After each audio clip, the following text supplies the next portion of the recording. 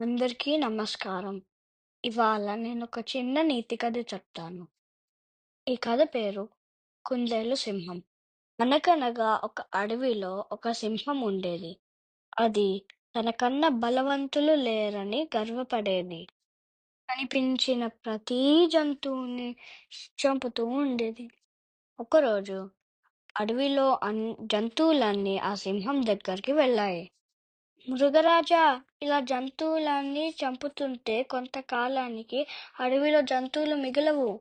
మే ప్రతిరోజు ఉదయాన్నే మేమే ఒక జంతువుని మీకు ఆహారంగా పంపిస్తాము. దాన్ని తిని ఆకలి తీర్చుకోండి అని అన్నారు. సింహం అందుకు ఒప్పుకుంది. ఒకరోజు కుందేలు వంతు వచ్చింది. కుందేలు తన బుద్ధిబలంతో సింహం నుంచి తన ప్రాణం రక్షించుకోవాలి అనుకుంది. ఉదయమే వెళ్ళాల్సిన కుందేలు ఆలస్యంగా మధ్యాహ్నం వెళ్ళింది. ఏమిటింత ఆలస్యం అని కుందేలుని కోపంగా అడిగింది. మీ దగ్గరికి వస్తుంటే ఇంకో సింహం నన్ను తినబోయింది. దాని నుంచి తప్పించుకుని వచ్చేసరికి ఆలస్యం అయింది అంది.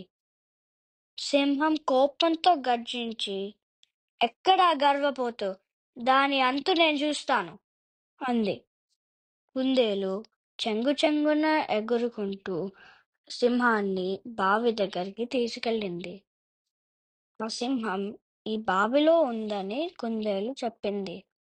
బావిలోకి వంగి చూడగానే ఆ బావి నీటిలో తన ప్రతిబింబం కనిపించింది. దాన్ని చూసి వేరే సింహం అనుకుని బావిలోకి దూకింది. సింహం పీడ వదిలినందుకు అడవిలో జంతువులన్నీ కుందేలును మెచ్చుకున్నాయి. ఈ కథలోని నీతి ఏమిటంటే, అపాయం నుంచి ఉపాయంతో తప్పించుకోవాలి. మరిన్ని మంచి కథల కోసం లైక్, షేర్ మరియు సబ్స్క్రైబ్ చేయండి.